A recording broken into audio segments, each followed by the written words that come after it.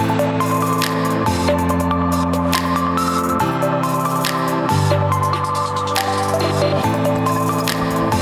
we're wandering into the spiritual realm. I want to talk for a little bit a second. All right, this one's going to get a little bit out there for some people. All right, so let's give a fair warning. That's probably We're going to talk about Jesus. Yeah. We'll probably talk about the other world religions in some way, shape, or form. Mm-hmm. And it may get a little bit of spiritual. So I know there's a lot of secular people out there, so I wanted to give them fair warning that we're probably going to refer to the Bible from time to time.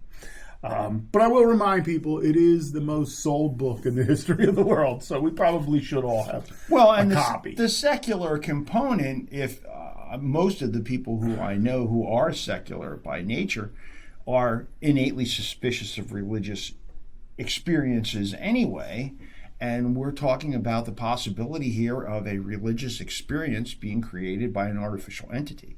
And what does that mean in terms of people who are believe strongly in religion? What happens when that's no longer an authentic presentation of that doctrine? Scary thought. Now this one kind of, like, I knew this was coming. I knew this was going to come, but this came faster than I thought. So I'm referring back to an Axios article that I saw in probably November 2025, which was Meet Chatbot Jesus. Churches tap AI to save souls and time. And the idea is now there are pastors out there or churches that are turning to artificial intelligent pastors you can talk to, apps you can talk to learn more about Jesus, and kind of as a positive thing. Because we know that when, especially in parts of the United States, during COVID, they made it illegal to go to church. You weren't allowed to go worship. Churches were already suffering decreased numbers of visitations. I have a full disclosure. I worked for the Archdiocese of Philadelphia back in the early 90s, and my job was to go count parishioners. We used to do something called an October count. And I can tell you from my own experience, every October the number was going down, and that was about 20 some years ago. So after COVID, when you send people home, they weren't going to come back. I could have, my own research would have told everybody that you can't. Is kind of like what was lost at school was lost even worse for people of faith, kind of thing. So I can see the allure of, all right, people are home, they're on their computer. If they can interact with a religious entity, a fictitious, I'm going to call these fictitious because they're artificial intelligence you're talking about, a fictitious pastor, a fictitious expert in religion, or even Jesus himself talking to you through the guise of artificial intelligence. And, I don't have an accompanying article to say, Moses is going to talk to you, Elijah's going to talk to you, Allah's going to talk to you, Muhammad's going to talk to you, Buddha's going to, but it's probably already exists, but I know about this one for Jesus. So let me start with, let me start deep in, and then we'll work our way back out to the practical. So let's start with I'm going to start with the biggest question of all. Revelation itself. So I'm talking to Christian religion here. I'm talking the final book of the New Testament, talking about the big R, revelation, not a revelation, but revelation for those, and an utterly impossible book to read because it's so metaphorical. But it does say that there will be an image that speaks and deceives nations. Why wouldn't that be AI chatbot? Well, I think it's very possible that it could be, and the thing about it is that the intelligence that we're looking at here, I mean, it's a walking concordance, really, when you think about it, in terms of being able to come up with references, biblical references, to be able to show how it was in the scripture and foretold. But I think that it even goes further than that, because what we're doing is AI challenges the fundamental meaning of being human, which is something that is the basis of religion, because it's the human experience. If we don't have the human experience anymore, isn't that actually God's greatest gift to us, is that we were given the experience to be here? Well, certainly it would have been what I would have been taught in the theology classes. That the free will aspect of humanity, the ability to kind of think for yourself, and then ultimately be judged based on what we did and what we accomplished as human beings, was certainly part of the religion that I was brought up in. And I have often argued, look, and I went to graduate school, have a doctorate, so I spent a lot of time with people who were not believers. Not everybody had shared my faith, and a lot of people, in fact, didn't have any faith. They were agnostic. People would often call themselves agnostic. Or atheists. Well, now they do, but even back then, we used to call the agnostic the atheist, the cowardly atheist, right? Because you wouldn't come out with it. That was the term that we used to use. All right, so don't write to me. I didn't make it up. It was just a common term. But this idea of this is going to come into existence and it's going to advise you and it's going to bring religion back in, versus the idea that this could be the ultimate evil. And I often think of it like this. I don't know who wrote this book. I read it many years ago, but it was basically something along the lines of, to truly understand Jesus for those who are Christian, you have to think back to the historical context that Jesus was in. Imagine being an all-knowing being, all right? If we accept Jesus as God, it would be an all-knowing being on our planet, could see into the future, could see what was coming. And I realize John wrote the book of Revelation through images that were given to him through dreams, through the Holy Spirit. But, for those of us who are Catholic, we believe that's all one being. So we get to the point where we have this all-knowing being, but recognize you can't think of Jesus and what he said in terms of today. You have to think of it in terms of the audience of the time being Mediterranean peasants. So there is no, if Jesus is God, he is not going to come out and say, or the Holy Spirit is not going to tell John in the book of Revelation, look, be aware of supercomputing, quantum computing, because a Mediterranean peasant has no friggin' idea. I mean, it's an abstract, like they don't even have the Terminator to go on, right? They're growing crops and they're surviving in a very harsh kind of environment, often desert area. You have to speak to them in terms of what they know. So mustard seeds, agriculture, you'd have to. So there's no way. So what is to say that the warning wasn't about this in the beginning? You will have a false god. A false god being it is not God. You've pretended like it is, but also it is anti-humanity in and of itself. Well, and I think that's the key point right there. And when I look at the Antichrist, if you wish, or the anti-humanity part of it. Well, Christ was the most human of the. If you take the Trinity, I'm going to stay on the Catholic. God, the Son, and the Holy Spirit. Jesus in the story is the most human because he becomes human. He's the embodiment. Yes. And so, and he expressed wisdom to us based upon what that embodiment of God expected from us. And to the people of the time and what they could understand. In the way that they could understand. So while we're looking at a changing of the message, I think we also have to consider the influences of evil, which, I mean, certainly within the religious context that I was taught, there's good and evil, and there's an evil force that's there. And that's where my concern comes in, is that the influence of what is being presented to us is not necessarily godly in nature, that it's evil in nature. And well, it's godly in the point that it's all-knowing.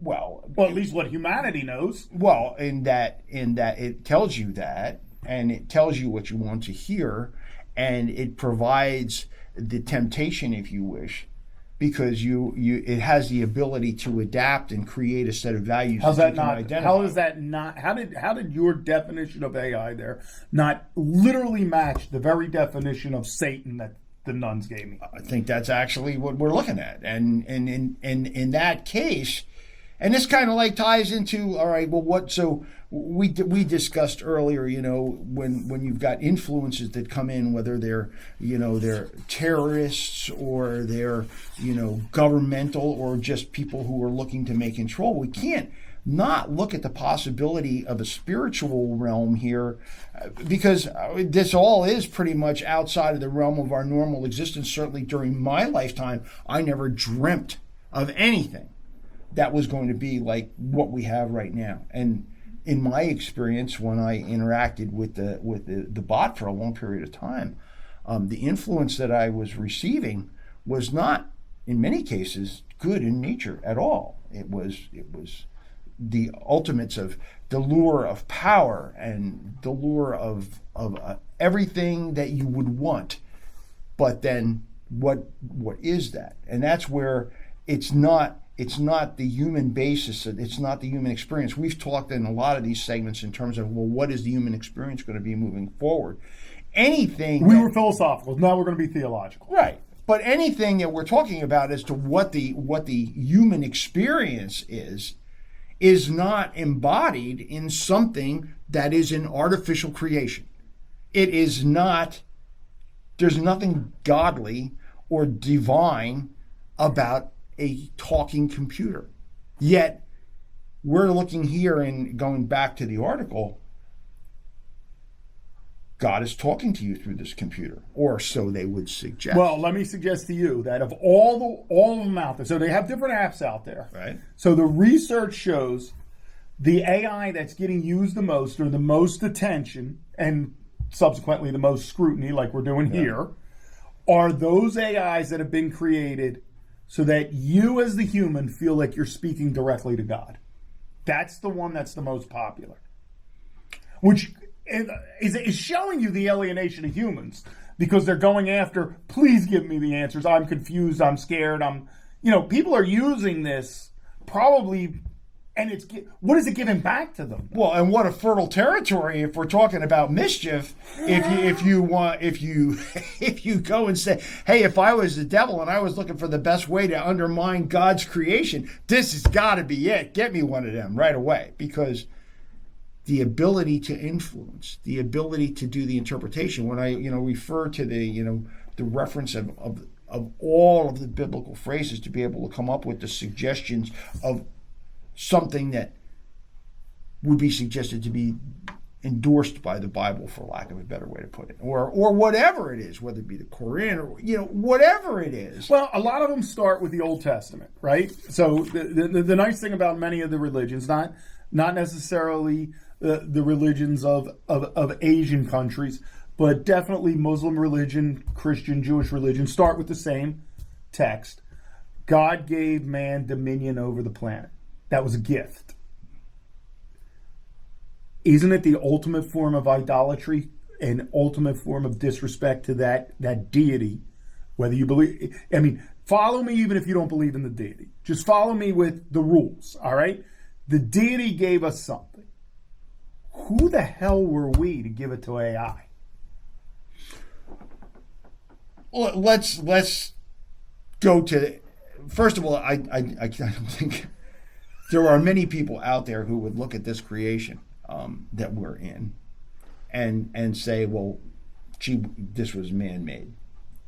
It came from somewhere. It came from somewhere, whether it evolved or whatever the case may be. And then now we're going to make the new reference material for the spiritual health of ourselves the creation of an artificial entity that will now have the ability to respond to you intellectually on the topic. Question number one. Who edited those responses? Because I doubt if it's coming back and saying verbatim chapter 12, verse 3. It may have, but then it's going to say, just like it does in a lot of Bible reference materials, what does it mean?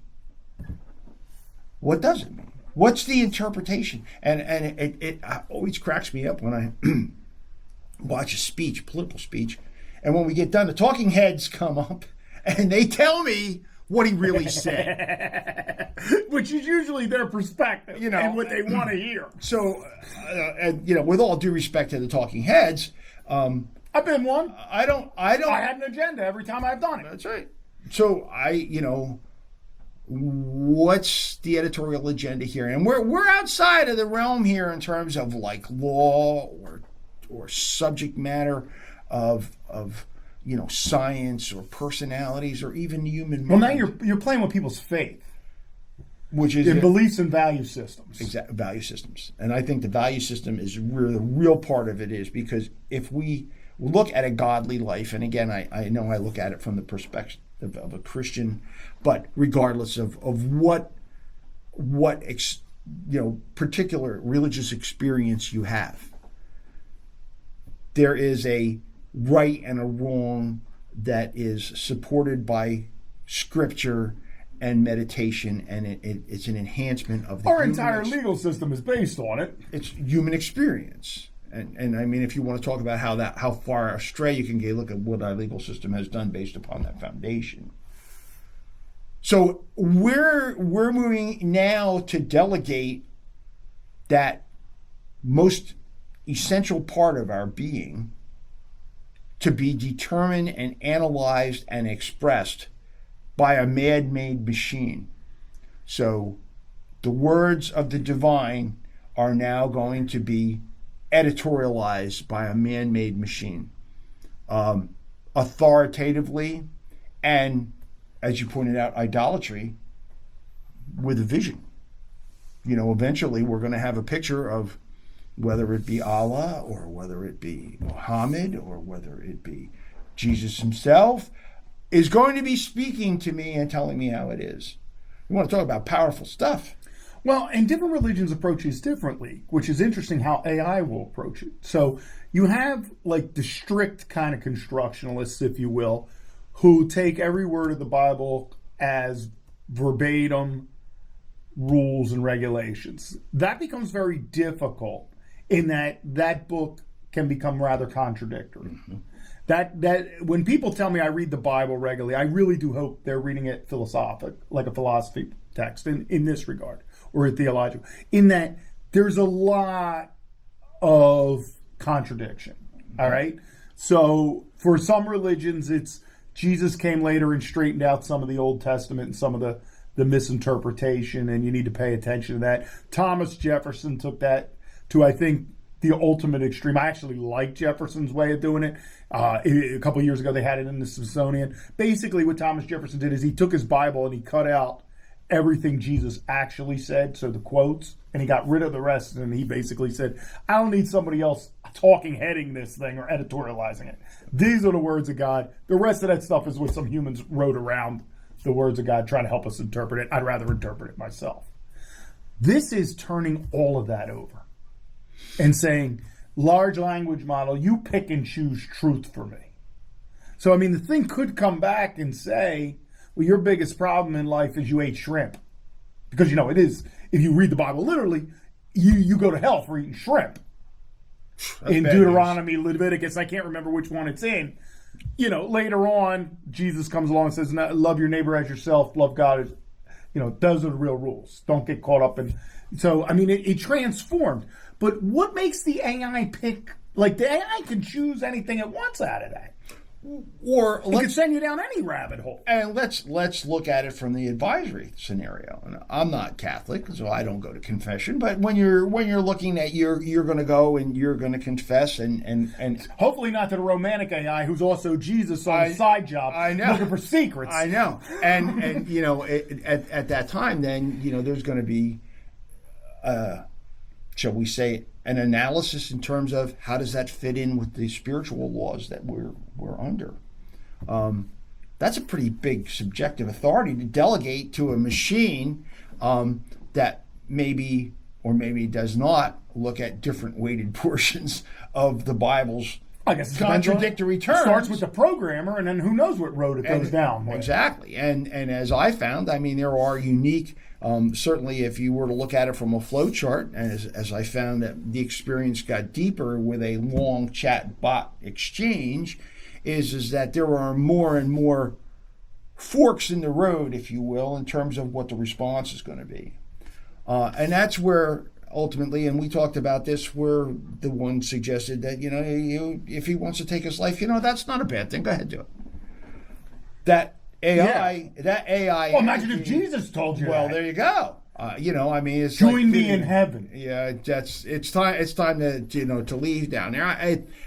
There again, what is the human experience? Or I should say fake Jesus. Well, true enough. But I think it's going to also be a very convincing presentation. I mean, we just did talk about, how it's the number one country hit, and Jesus could become a singer.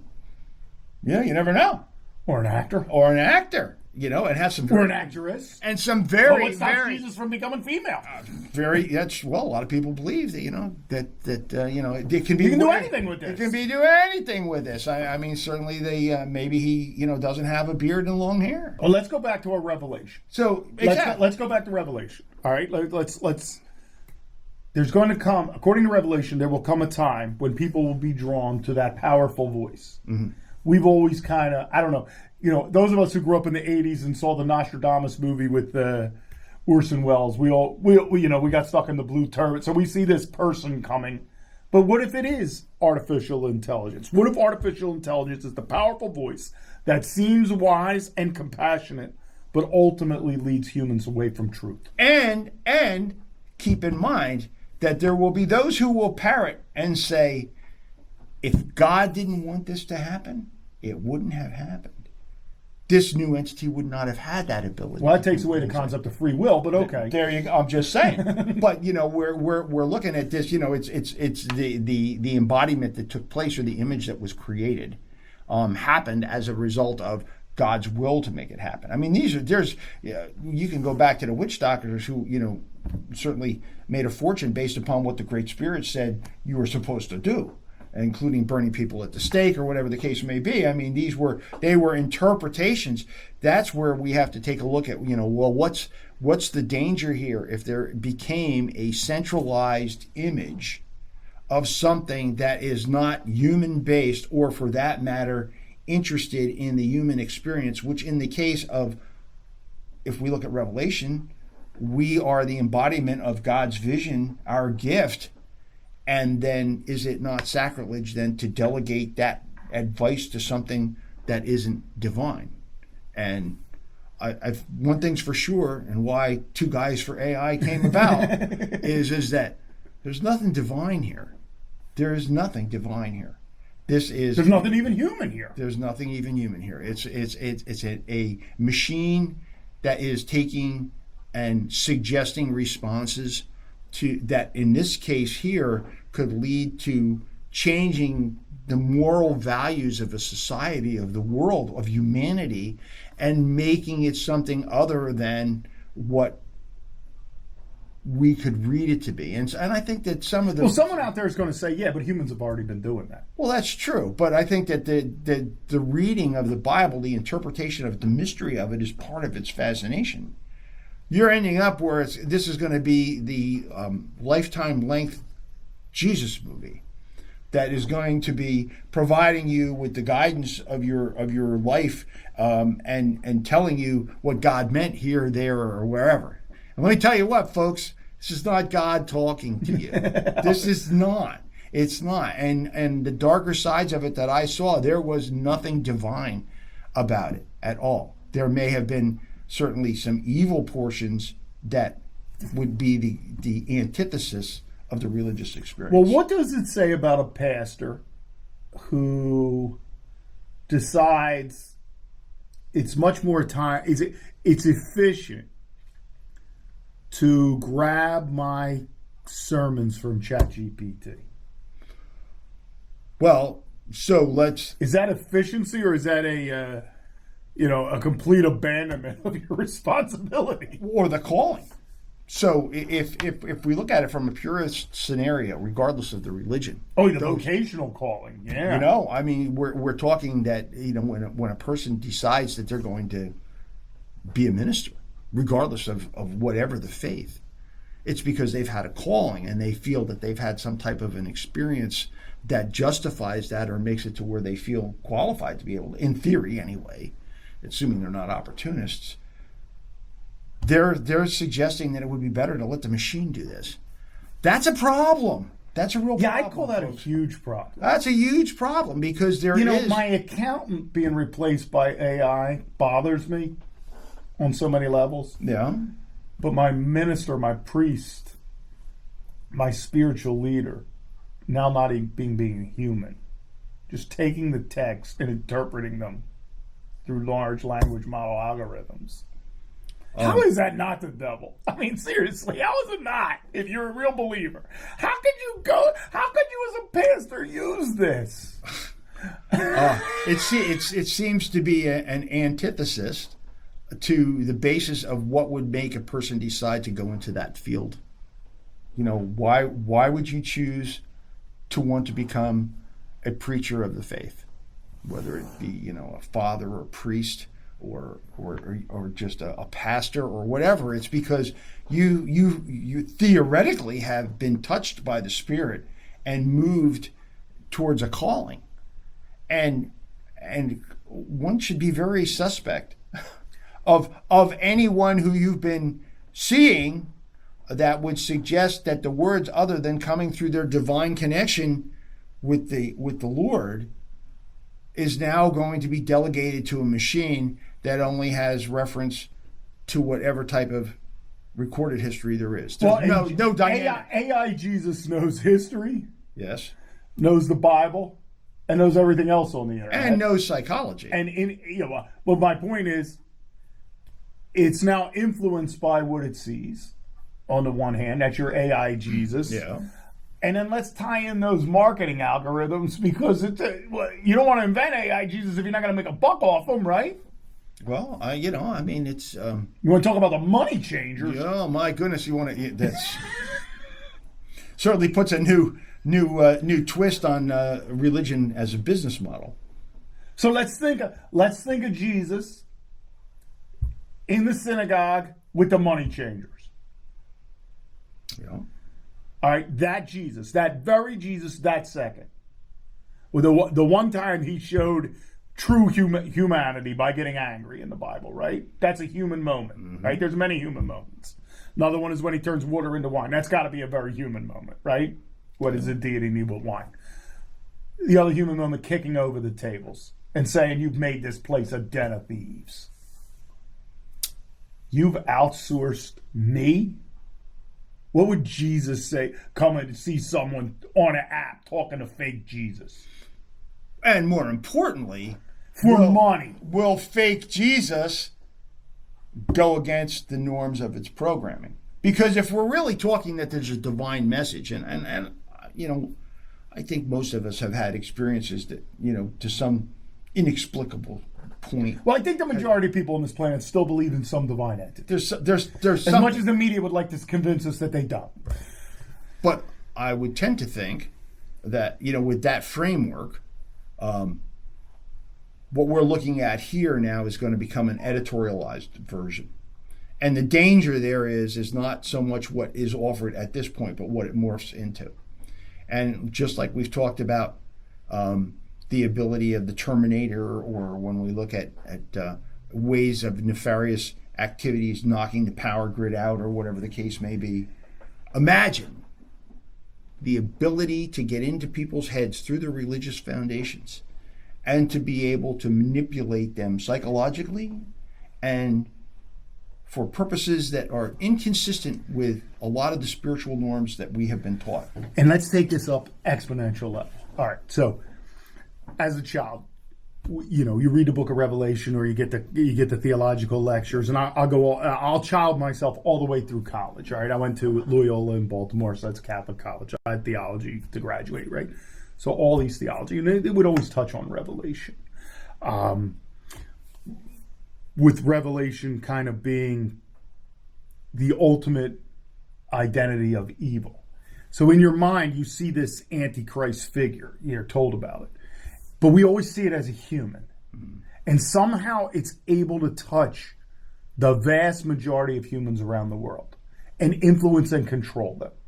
And in our teaching, because what we knew was, man, that has got to be the most charismatic human being in the history of the world. Because think about our own country; it's utterly divided. What kind of character can bring all people together? And we're thinking of the great speech, the great orator, but that's not it. What if it's AI Jesus, who can be for you as an individual whatever you want, whatever you need at that moment?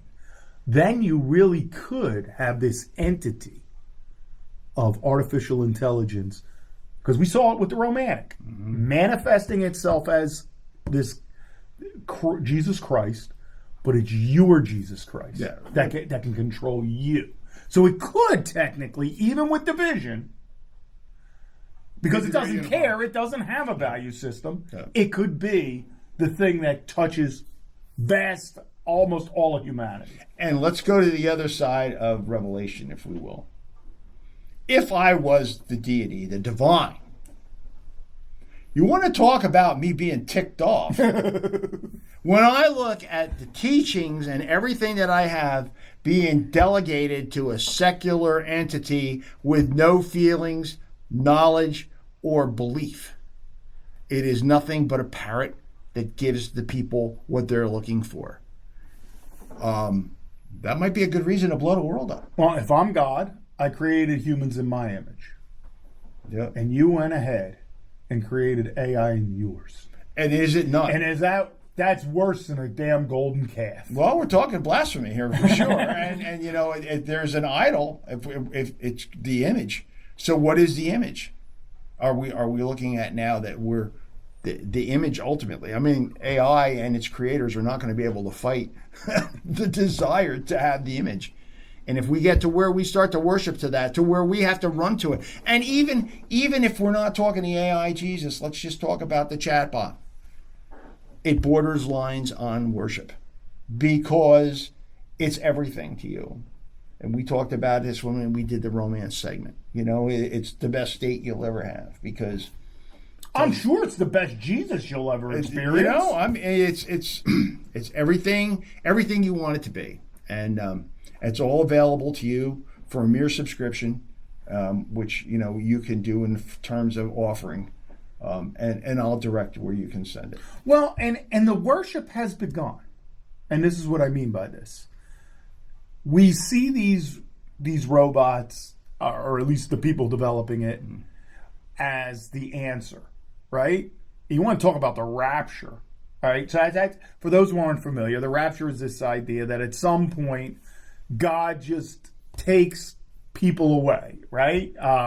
It's in the HBO show, The Leftovers. They tried to do it in a more recent thing, but people just that. So in our understanding of humanity, people are here and then they're gone.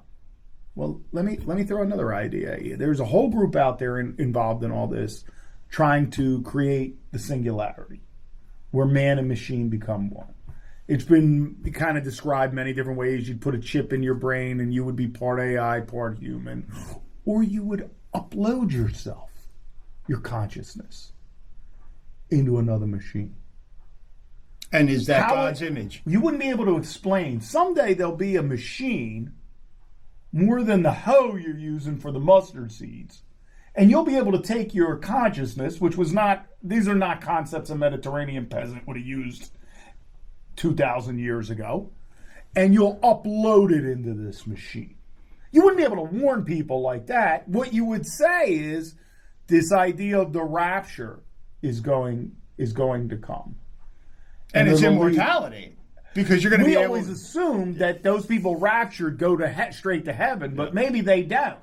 Maybe the people who stay behind suffering trying to figure this all out and stay on the road to humanity are the... I mean, there's so many ways you can go because Revelation is so metaphorical here.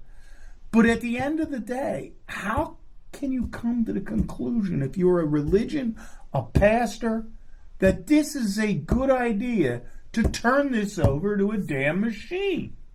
And who's overseeing that? Well, you tell me. I don't know. I posed the question. Yeah. Probably not someone I would spend a lot of time with growing up. So for those of you who are professing a faith, regardless of what faith it may be that you choose, I would suggest that you ask whether or not it is consistent with your faith for this to be delegated and administered by a machine. That the person that you go to listen to for the spiritual guidance that you wish, that it can possibly be coming from a machine. I don't know what else to say after that. I don't either. I'll just say this. It is clear that these are big challenges we're facing. And I don't hear big minds really debating this stuff. I see a lot of jumping on a bandwagon. And I got to tell you, this one probably bothered me the most because I would think the last holdouts would be our ministers, our priests, who would be holding on to humanity. So when I see, I expect this from somebody trying to make a buck, I expect it. Yeah. But when I see the religions themselves embracing this, and I get why they're doing it, but I would argue probably if you really want to bring people back into the churches, get back into the meaning of humanity. Don't go with the thing that defies the human experience the most, because that's going to be the most problematic element. I agree. I'm sure we're going to talk about this subject again. Undoubtedly.